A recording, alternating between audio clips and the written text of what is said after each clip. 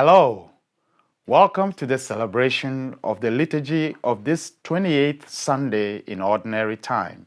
I am Father Kwame. The scriptures seem to lead us to see the Eucharist as a big, never-ending party to which everyone and all, without qualification, are invited. The Gospel reading describes the Eucharist as a banquet to which all are invited in order that we can draw a lesson from it to address some of the wrong attitudes about the Eucharist today. The party was organized for some guests only initially, but those targeted guests, they took it for granted. Therefore, the host opened it up and opened the invitation up to all. In the context of our salvation, we can understand this story this way.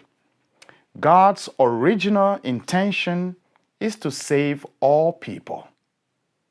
God, therefore, first invited a select few so that they will be used to reach the goal, that is, all.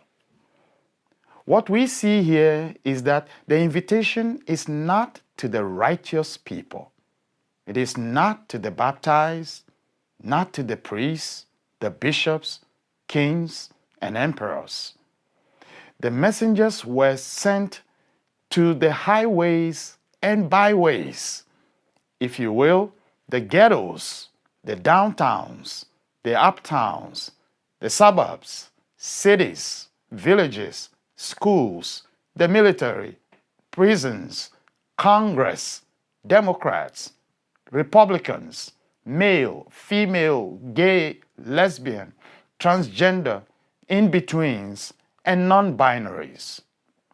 All peoples in all these places, experiences, and backgrounds are invited to the banquet. What that tells us is clear. We are to open our Eucharist to all. That's our job. We did not create the banquet. God alone created this rich feast and for all. We are to tell all people they are invited. We need an accessibility audit for the Eucharist today. How we have reduced with laws and roadblocks the number of participants of a banquet that was originally meant for everyone. We must stop acting as if we are the hosts and the Eucharist belongs to us. We must stop judging people and open the Eucharist up and make it the universal banquet that it's meant to be. No one can affect the dignity of Christ by their participation in the Eucharist, whether they do it intentionally, unworthily, or unknowingly. It is God's jurisdiction to exclude, not us. May our understanding of the Eucharist grow for the better, for the glory of God, and for the peace and unity of all human persons in our world. Here is a question for you, for your reflection.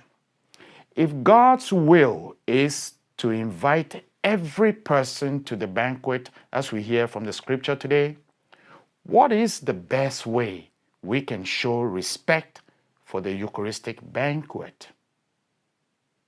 God bless you.